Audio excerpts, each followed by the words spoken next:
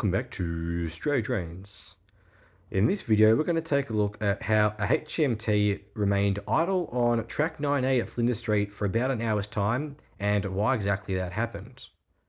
As you can see right here on this track, no passengers can get on or off the train at Flinders Street here, and it is only a bypass track. Sometimes this is used for services, but also in this clip as we see right here, it can be used for empty carriage movements where there are no passengers on board. Typically, only common steamers and extrapolars use this track right here.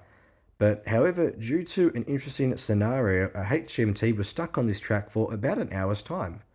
Let's look at how exactly that happened.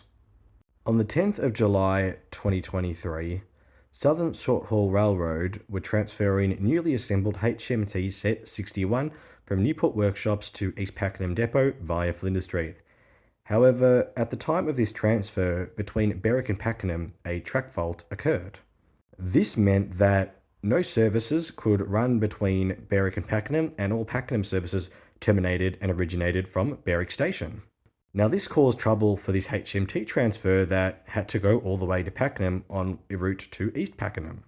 Needing a place to stop the train without getting in the way of any other services, it was decided that the train would remain idle at this road 9A at Flinders Street, which ended up being the case for about an hour's time. Resultantly, this allowed us to really take a deep dive into the details of a HCMT transfer, so let's do it. In addition to the diesel locos pulling the HCMT transfer, we see this power van here being BVDY51A. As in its name, this power van gives power to the HCMT, which is why some of the interior lights and whatnot are on, despite the HCMT technically not being in operation.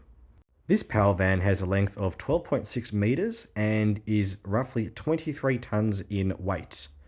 These HCMT transfers also allow for us to get a unique look at a HCMT coupler in action, which is very cool to see some of that detail behind that yellow cover.